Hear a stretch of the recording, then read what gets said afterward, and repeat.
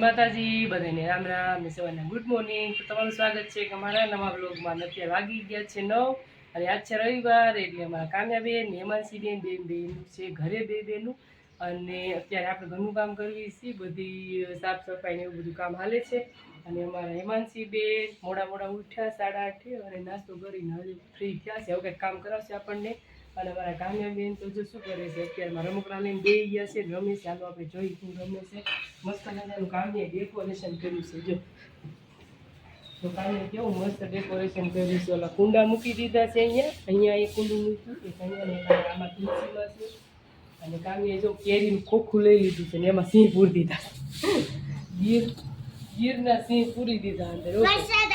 અહીંયા આમાં સિંહ કર્યો છે ને એટલે કામીએ જો અંદર સિંહ પૂરી દીધા. હે કામી વરસાદ હા કામ્યાબેન ને આજ મજા પડી સાહેબ, રવિવાર છે ને એટલે. એ કામ્યાબેન બધા રેવા તો ત્યાં હપાસા મૂકી દે, બધા એમાં ન રખાય. ક્યાં વરસાદ આવ્યો? અમને નથી દેખાતો વરસાદ. સારું હાલો કામ્યાબેન રમો ને આપણે બધું ઘરનું કામ કરી. અને જો કામ્યાબેને કેરમ મૂકી દીધું છે ને આજ તો આખો દિવસ એવું જ રહેશે. આપણે નકરા રમકડા જ વગવામાં રહેશે.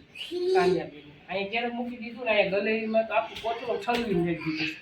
બધા પહેલા છે ને રમકડા તો ભૂકવું જો કોચરો ઠલવી દીધું. મારા ફ્રેન્ડને બોલાવ્યા લે હવે તો બેન એક ઓછા હતા ને હજી ફ્રેન્ડને બોલાવીને આવે છે.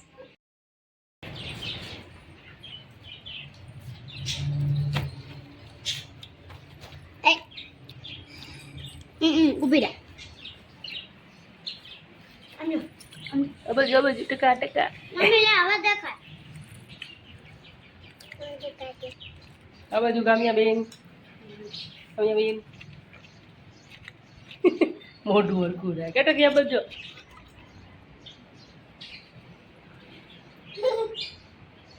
હાલો અત્યારે વાગી ગયા છે 10 અને કામ્યાબેન જો સવારના ઉઠીને રમવા જ મીણ્યા છે. નાવાનું છે બાકી. અને હસ્તીબેન ને એકાંતભાઈ યુગભાઈ ને બધા આવી ગયા છે રમવા. આજ રવિવારની રજા છે યુ હા એટલે હું પ્લાન કર્યો છે રમવાનો.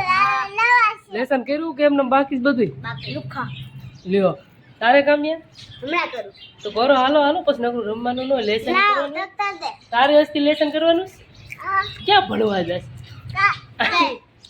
હે ભણવાનું જ જાવ તારે કાલ જવાનું? હા તારે આ ટકો શું કરીશ? ટકો તો મમ ખાઈશ. મમ્મી જાય કામ્યા મસ્ત ડેકોરેશન. દેખા ને દત્તા લેતો હાલો લાવ.